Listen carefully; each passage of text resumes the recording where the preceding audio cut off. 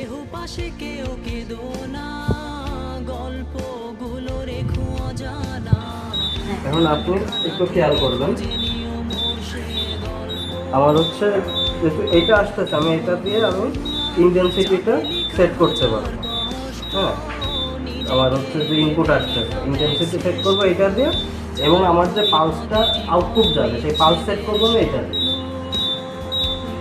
হ্যাঁ, এখন আমি এই দেখেন দুইটার পালস কিন্তু আমি অলরেডি সেট করে রাখছি মেশিনটা। সেটার ভ্যালুগুলো কত সেটা কি কোনো ইয়ে আছে? না না, আপনি দেখেন এখানে শুধু রেটগুলো রয়েছে। রেটগুলো হলো পেশেন্টের বর্তমানে যে অংশগুলো অ্যাক্টিভ আছে হার্টে, এবং এই যে সবুজ অংশগুলো এগুলো হচ্ছে তার হার্টে এখন আর অ্যাক্টিভ নাই। সেটা হচ্ছে সেটা tachycardia হ্যাঁ আছে। হ্যাঁ, সেটা আমি যখনই ইলেকট্রোডগুলো লাগাবো দেখুন যে একসাথে ওটা অ্যাক্টিভ হয়েছে। তাহলে আমার অসিলোস্কোপে কি ডিসপ্লে? অসিলোস্কোপে যাচ্ছে আমার শুধু এখান থেকে যে ওই তার যে ইসিজি